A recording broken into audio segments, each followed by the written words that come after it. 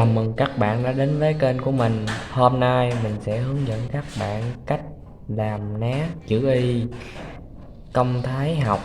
Nếu như các bạn thấy hay, cho mình một like và nhớ đăng ký. Tiếp tục mình ra video mới nhất nhé. Bắt đầu video thôi. Đầu tiên các bạn chuẩn bị cho mình cuốn tập và bắt đầu vẽ mẫu ná nhé.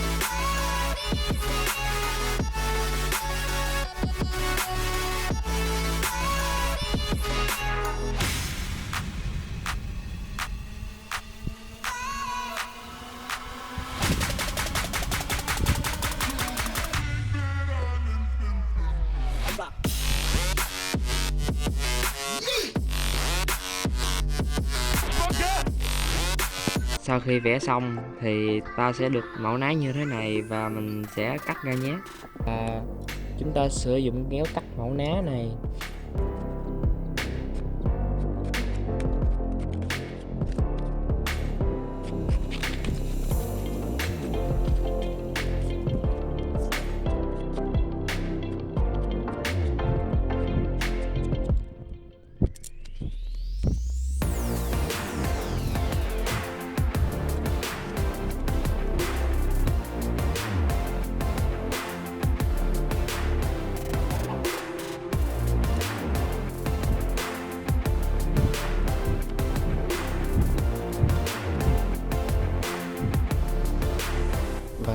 Sau khi cắt xong sẽ được mẫu ná như thế này.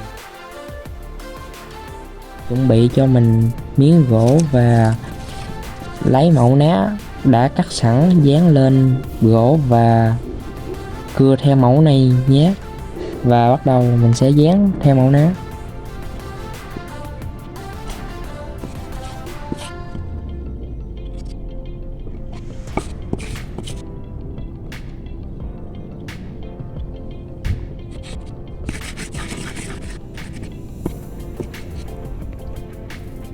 Và mình để keo khô xong sẽ cưa.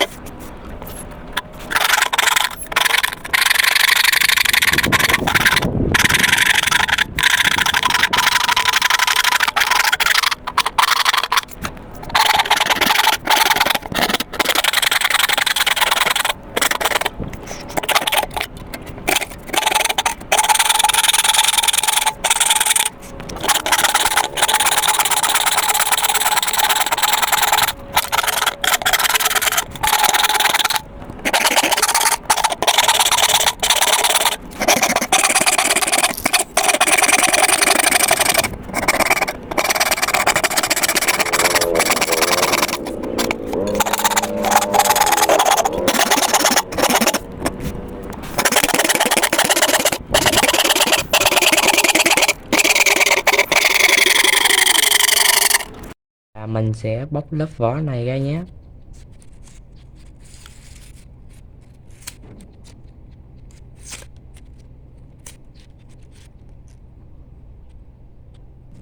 Mình sẽ sử dụng giấy nhám này đánh bóng cây ná này.